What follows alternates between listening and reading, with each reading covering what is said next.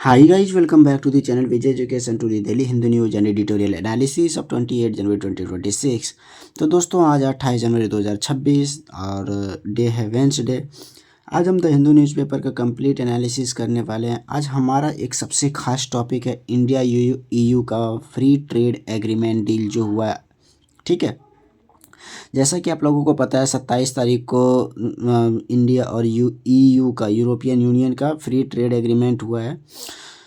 तो उसके बारे में हम कंप्लीट एनालिसिस करेंगे। और अगर बट वीडियो पे आगे बढ़ने से पहले अगर वीडियो पे नए हैं तो वीडियो पर लाइक करके चैनल को सब्सक्राइब कर देना। ठीक है, now we discuss our first article India EU free trade agreement. Okay, देखो सबसे पहले हम ईयू को समझ लेते हैं।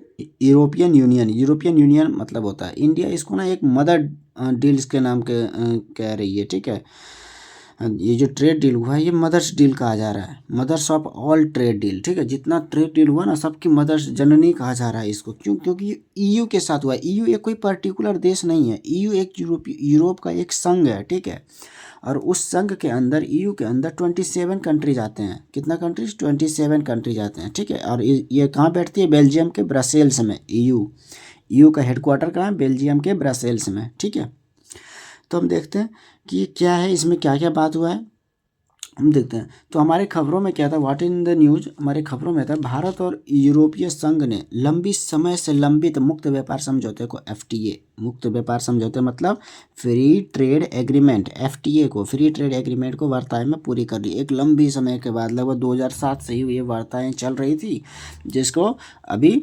2026 का जनवरी मंथ में हमारे रिपब्लिक डे होता है 26 जनवरी, उसके अवसर पर ईयू की प्रमुख उर्सुला वॉन डेन आई थी और ये डील्स करके गई हैं। ठीक है, तो इसको देखते हैं। इसके प्रमुख नेता कौन थे? भारत की तरफ से पीएम नरेंद्र मोदी और यूरोपीय संघ की तरफ से उर्सुला वॉन डेन और एंटोनियो कोस्टा, ये दोनों यूरोपीय संघ से आई थी। ठीक है, देखो ये एफटीए क्यों महत्वपूर्ण है? ये एफटीए महत्वपूर्ण है क्योंकि ये लंबी समय से, भी जैसे मैंने बात करा लंबी समय से, तो 2007 से ही ये लंबित थी और अभी 2026 में ये पूरा हुआ। एक लंबा इंतजार करने के बाद ये ट्रेड एग्रीमेंट सफल हुआ। ठीक है, और उस समय पर सफल हुआ जब अमेरिका के पूरे वर्ल्ड में अमेरिका का प्रेशर पड़ा हुआ टैरिफ का, उस समय पर ये ट्रेड डील सक्सेस हो रहा है। ठीक है दोस्तों, तो एक ये जियो पॉलिटिक्स के नज़रिए से बहुत ही महत्वपूर्ण काम है भारत के लिए।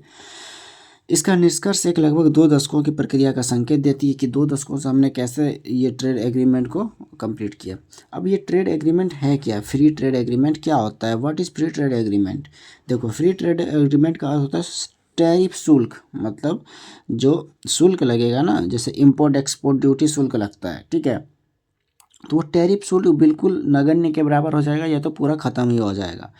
ठीक है, तो ये है फ्री ट्रेड एग्रीमेंट का फ़ायदा, जिसके कारण क्या होता है देश में इंपोर्ट एक्सपोर्ट का दोनों देश नहीं, एक यूरोपीय संघ और एक इंडिया का इंपोर्ट एक्सपोर्ट का क्या होगा, ज़्यादा बढ़ेगा, इंगेजमेंट देखने को मिलेगा। ठीक है, जिससे व्यापार में सुविधा मिलेगी, फलतः निवेश प्रवाह बढ़ेगा, निवेश जो इन्वेस्टर्स आएंगे वो बढ़ेगा। क्यों? क्योंकि हमारा ये टैरिफ नहीं लग रहा है, इसलिए निवेश बढ़ेगा, प्रवाह बढ़ता है।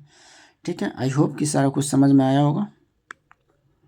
देखो कृषि एवं डेयरी बाजार जो है, भारत ने जो अपना ट्रेड एग्रीमेंट ट्रेड ये किया कि कुछ सामान पर जो ये इंपोर्ट ड्यूटी एक्सपोर्ट ड्यूटी नहीं लगेगा, टैरिफ फ्री कर दिया। तो कुछ कुछ चीज़ों को छोड़ के भारत ने ये सब कदम उठाए और इसको हम लंबे समय के लिए रखें कि बाद में इस पर चर्चाएँ की जाएगी कि इस पर खोला जाएगा कि नहीं। देखो जैसे भारत का एग्रीकल्चर सेक्टर और डेयरी सेक्टर, डेयरी मार्केट ये बंद है, इस पर कोई पर्यावरण मानक को देखकर निवेश एवं गतिशीलता भी। एफटीए से वस्तुओं और सेवाओं को आईटी वित्त के लिए बेहतर पहुंच होता है। क्यों? किसके लिए? एफटीए जो फ्री ट्रेड एग्रीमेंट अगर हो जाता है किसी दो देश के बीच में, तो उसका होता है वस्तु और सेवा दोनों को। यहाँ बहुत मिस करते हैं क्योंकि यहाँ सिर्फ वस्तु ही मतलब समझा जाता है कि वस्तु का अगर कोई सामान आया तो उस पर टैक्स फ्री होगा, तो वो चीज़ नहीं, इसमें सेवा को भी इंक्लूड करना होता है। ठीक है, गुड्स एंड सर्विसेज, ये याद रखना है, गुड्स एंड सर्विसेज। ओके, दोनों को बेहतर पहुंच मिलता है यहाँ पे। और इंडिया एंड ईयू ट्रेड का हम थोड़ा देखते हैं। देखो एक्सपोर्ट टू ईयू, ईयू को हम एक्सपोर्ट क्या करेंगे? ठीक है, और इम्पोर्ट फ्रॉम ईयू, ईयू से हम इंपोर्ट क्या करेंगे, इंपोर्ट मतलब हम मंगाएंगे क्या, हम और ईयू को क्या एक्सपोर्ट करेंगे, उसका एक प्रॉपर लिस्ट है मेरे पास, तो उसको देखते हैं हम। देखो ये डॉलर है, 15 billion dollar, 15 billion dollar petroleum हम प्रोडक्ट को एक्सपोर्ट कर रहे हैं, किसको, ईयू को। अब पता लगाओगे कि हम पेट्रोलियम प्रोडक्ट को हम ईयू को एक्सपोर्ट करेंगे, यूरोपियन यूनियन को हम पेट्रोलियम एक्सपोर्ट करोगे, क्योंकि इंडिया तो खुद पेट्रोलियम रसिया से ख़रीदता है। और अभी जैसे बात चल रहा है हमारा ट्रेड डील, अभी बात चल रहा है इसके साथ, अमेरिका के साथ, ठीक है, अमेरिका से भी पेट्रोलियम की बात चल रहा है। तो भारत खुद पेट्रोलियम ख़रीदता है दूसरे कंट्री से, सऊदी अरब से, फिर रसिया से, फिर अमेरिका से। तो हम ईयू को कैसे एक्सपोर्ट करेंगे। वास्तव में भारत क्या करता है, यहाँ एक बात है कि भारत क्या करता है, तो भारत पेट्रोलियम ख़रीदता है ना, तो एक क्रूड ऑयल के फॉर्म में पेट्रोलियम खरीदता है।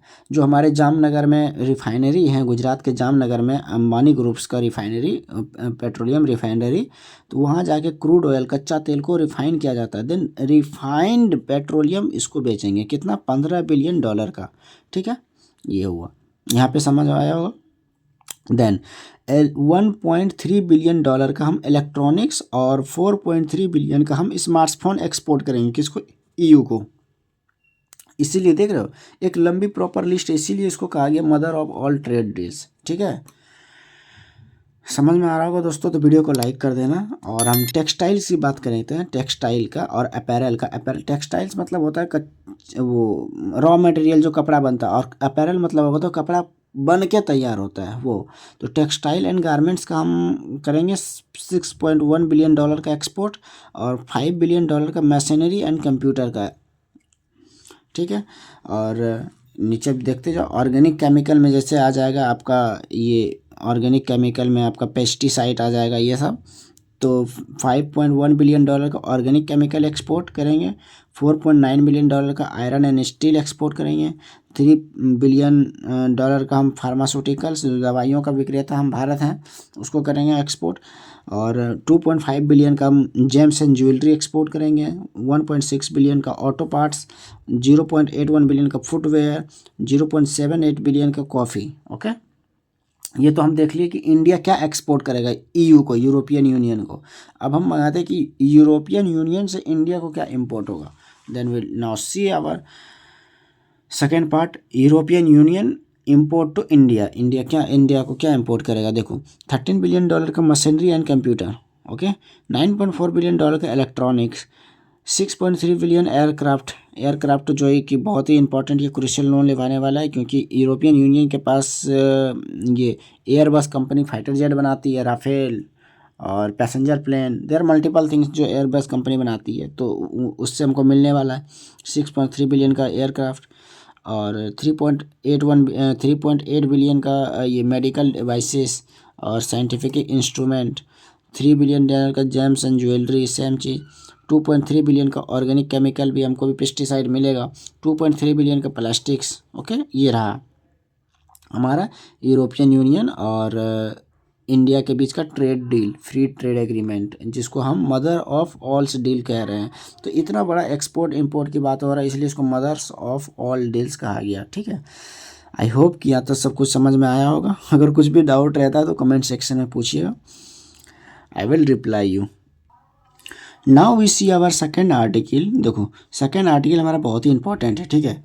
ये एडिटोरियल पे से छपा हुआ है, और इस पर बात करते हैं हम। हमारे राइटर साहब कहते हैं इस पे, इस सेकेंड आर्टिकल पे, कि the solution to falling rupees lies in diplomacy. देखो आप लोगों ने जैसे देखा होगा कि अमेरिका और इंडिया का जैसे रिलेशनशिप अभी चल रहा है पेट्रोलियम को लेकर। अमेरिका कहता है कि पेट्रोलियम रसिया से मत खरीदो, और देन इंडिया दोनों को साधने की कोशिश कर रहा है। तो अमेरिका और इंडिया के बीच का जो जियो पॉलिटिक्स है, दोनों का डिप्लोमेसी है, बहुत ही अभी क्रूशियल लेवल से, नाजुक स्थिति से गुजर रहा है, ठीक है। तो इस स्थिति में क्या हुआ कि इंडियन रुपीज़ जो हमारा रुपया, उसका वैल्यू कमने लगा, फॉलिंग रुपीज़ होने लगा, मतलब इंडियन रुपीज़ का वैल्यू गिरने लगा, रुपीज़ डाउन करने लगा। क्यों? तो राइटर साहब कहते हैं कि अगर इंडियन रुपीज़ का वैल्यू फिर से वापस रिबूस्ट करना है, उसको बढ़ाना है इंडियन रुपीज़ का वैल्यू, तो उसका वैल्यू ये डिवॉल्यूशन नहीं है। डिवॉल्यूशन एक वर्ड आया गया, अभी ये वर्ड भी सीखेंगे हम कि डिवॉल्यूशन वर्ड क्या होता है। ये डिवॉल्यूशन मतलब अवमूल्यन नहीं है, तो क्या है, डिप्लोमेसी, कूटनीतिक ही ऐसा चीज़ है जो कि इंडियन रुपीज़ का वैल्यू अपने आप बूस्ट हो जाएगा, बढ़ जाएगा। अब कैसे बढ़ जाएगा, क्या इसको इसमें तर्क है कि डिवोल्यूशन हम करके नहीं, अभी डिवोल्यूशन क्या चीज़ है और ये डिप्लोमेसी के थ्रू कैसे बढ़ जाएगा ना, हम सब कुछ देखते हैं। डिवोल्यूशन तो काम करता है पर इंडिया के केस में काम नहीं करता है। ये किस केस में काम करता है, चाइना के केस में काम करेगा। कैसे, क्योंकि चाइना को खुद मैन्युफैक्चरिंग हब है। कैसे मैन्युफैक्चरिंग हब है, क्योंकि चाइना खुद सामान बहुत सारे वो मैन्युफैक्चर के लिए जाना ही जाता है चाइना, कि चाइना में जो सामान बनता है वो मैन्युफैक्चर कर दुनिया में जाना ही जाता है। चाइना की मैन्युफैक्चरिंग हब है, तो वो मैन्युफैक्चरिंग हब के होने के नाते वो डिवोल्यूशन से काम चला लेगा। पर इंडिया जो कि बहुत सारा सामान अभी भी इंपोर्ट करता है, एक्सपोर्ट हम उतना कर नहीं रहे हैं, ठीक है, तो उस केस में हम अगर डिवोल्यूशन करके इंडियन रुपीज़ का वैल्यू घटाना चाहे तो वो हमारे लिए एक झटका साबित होगा। इन्फ्लेशन हो सकता है हमारे रुपीज़ का, गरीबी देखने को मिलेगी, रुपीज़ का और वैल्यू गिर जाएगा, ठीक है। तो हम डिप्लोमेसी के थ्रू हम कैसे सुधार सकते हैं, हम वो चर्चा करते हैं, ठीक है। देखो, आर्टिकल में कहा गया है कि मजबूत अर्थव्यवस्था के बावजूद क्यों गिर रहा है इंडियन रुपीज़ का वैल्यू, इंडियन रुपीज़ क्यों गिर रहा है। आर्थिक अर्थव्यवस्था तो हम फोर्थ ग्रोइंग इकोनॉमी है, ठीक है, जिसमें कि हमारा आर्थिक अर्थव्यवस्था देखो, जैसे जीडीपी ग्रोथ देख रहे हो 7.4 स्ट्रॉन्ग है हमारा जीडीपी ग्रोथ। इन्फ्लेशन मुद्रास्फीति बहुत कम है, और सीपीआई 1.3% आरबीआई की निचली सहायता सीमा के नीचे है। Current account deficit CAD GDP का 0.6 ये मैनेजेबल है। ट्रेड डेफिसिट जो हमारे व्यापार करके जो घाटा होता है वो भी मैनेजेबल है, कि हम इसको प्रबंध कर सकते हैं। तो ये सारा नॉर्म्स हम फॉलो करते हुए कि ये सारा नॉर्म्स हमारा स्ट्रॉन्ग है, हम व्यापार घाटा में प्रबंधनीय है, मैनेजेबल है, हम मैनेज कर सकते हैं। हमारा करंट अकाउंट डेफिसिट भी ठीक ठाक है, ठीक है। तो हमारा जीडीपी ग्रोथ भी 7.4% के हिसाब से ग्रोथ कर रही है, स्ट्रॉन्ग माना जाता है। तो इतना कुछ होने के बावजूद, ये सब नॉर्म्स फॉलो करने के बावजूद भी इंडियन रुपीज़ का वैल्यू करेंसी गिर क्यों रही है। तो हमारे राइटर साहब कहते हैं इसका असली कारण है, देखो इसका असली कारण है आर्थिक कमजोरी नहीं बल्कि जियोपॉलिटिक्स या कूटनीतिक तनाव, ठीक है, ये असली कारण इसका है। अब ये जीरो पॉलिटिक्स कूटनीतिक तनाव क्या है, कैसे है, देखो विशेषकर यूएस के साथ, यूनाइटेड स्टेट के साथ, जैसे जैसे जब से डोनाल्ड ट्रंप ये आए हुए हैं सत्ता में अमेरिका के राष्ट्रपति के रूप में सेकेंड टर्म में, तो भारत के ऊपर सेक्शन लग रहे हैं, टैरिफ लग रहा है, टैरिफ लग रहा है। क्योंकि 25% तो पहले उसने पारस्परिक आधार पर टैरिफ लगाया, प्लस 25% एडिशनल टैरिफ लगाया। क्योंकि हम रसिया के साथ तेल इंपोर्ट करते हैं, हाँ ठीक है, तेल हम खरीदते हैं रसिया से, तो इसके कारण ट्रंप ने हमारे पास 25% और टैरिफ लगाया रूस के नाम पे। और टैरिफ की बात चल रही है क्योंकि हम ईरान को भी साधने की कोशिश कर रहे हैं, तो इसके कारण ये यूएस के साथ हमारी डिप्लोमेसी गड़बड़ा गई, जिसके कारण हमारा इंडियन रुपीज़ गिरना शुरू हुआ। तो हमारे राइटर साहब कहते हैं कि इंडियन रुपीज़ का जो वैल्यू है ना, उसको करेंसी को हम फिर बढ़ा सकते हैं, वो कूटनीतिक के हिसाब से, जियो पॉलिटिक्स को हम सुधार कर बढ़ा सकते हैं। अब कैसे, हम देखो अभी जैसा कि मैंने बात करा कि 25% पारस्परिक आधार पर रूसी तेल खरीदने से 25% लग गया टैरिफ हमारा, तो कुल टैरिफ हमारा हो गया 50%। रिजल्ट क्या हुआ, इतना टैरिफ बढ़ने से निवेशक परेशान हो गए। निवेशक जो हमारे इन्वेस्टर होते हैं वो परेशान हो गए, क्योंकि भारत के पास टैरिफ ज़्यादा लग रहा है, भारत का माल बाहर एक्सपोर्ट नहीं हो रहा है, ठीक है। तो जिसके कारण निवेशक परेशान होने के कारण पूंजी पलायन करने लगे। जो इन्वेस्टर्स अपना कैपिटल लगा के यहाँ काम कर रहे हैं, वो सब अपना कैपिटल निकाल के पलायन कर रहे हैं, जिसके कारण इंडियन रुपीज़ का वैल्यू गिर रहा है। तो ये एक इसका रिजल्ट होता है, ठीक है, एडिशनल टैरिफ लगने की वजह से। आई होप यहाँ तक क्लियर होगा, ओके।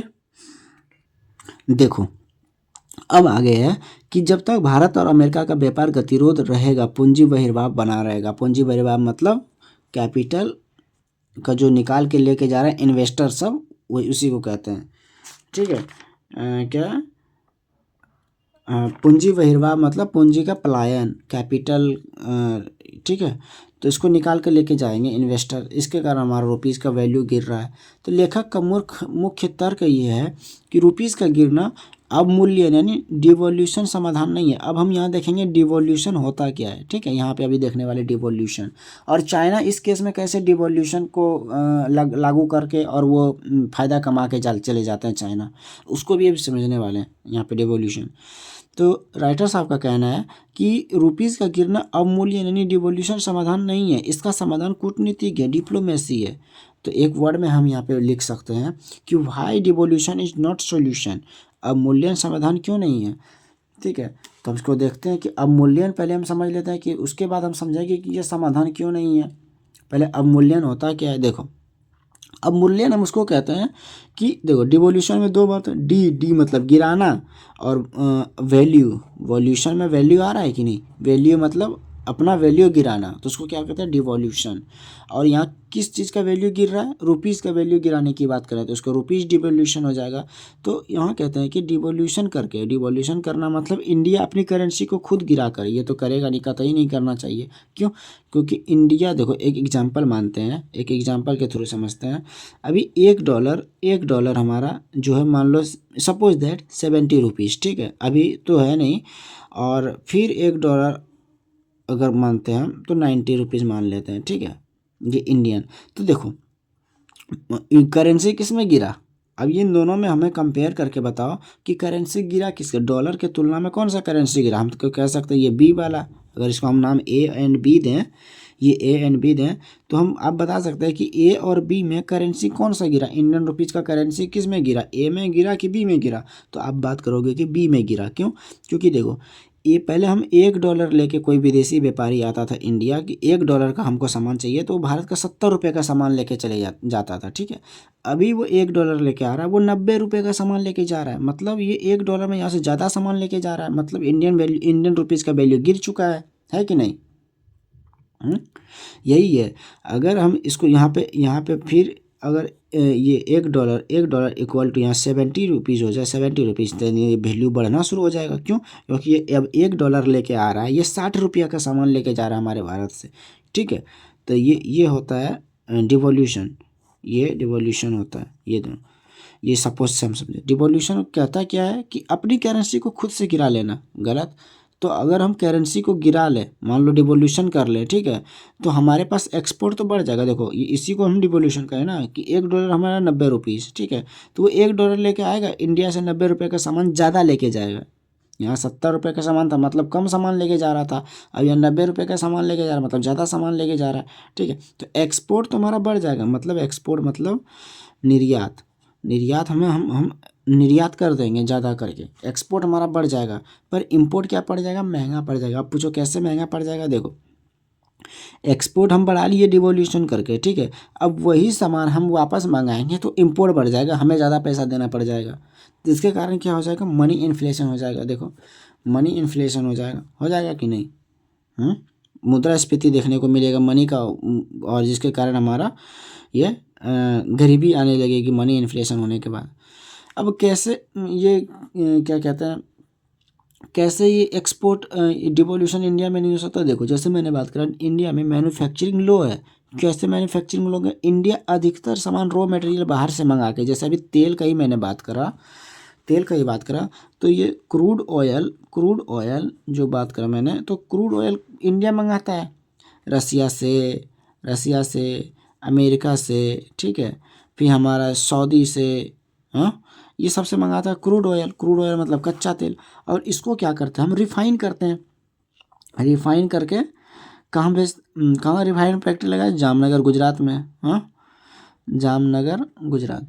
तो इसको रिफाइन करके हम बेचते हैं किसको, यूरोपियन यूनियन को मान लो बेचते हैं। देखो महंगा पड़ रहा है कि नहीं, रिफाइन करने में महंगा पड़ रहा है, रिफाइन करने में महंगा पड़ रहा है। अगर ये रिफाइन करके हम बेच रहे हैं, तो अगर हम रुपीज़ को डिवोल्यूशन कर दें, अवमूल्यन कर दें रुपीज़ को, तो ये और महंगा पड़ जाएगा ना। बताओ, ये ज़्यादा लेके चले जाएगा ना, ज़्यादा लेके जाएगा कि नहीं।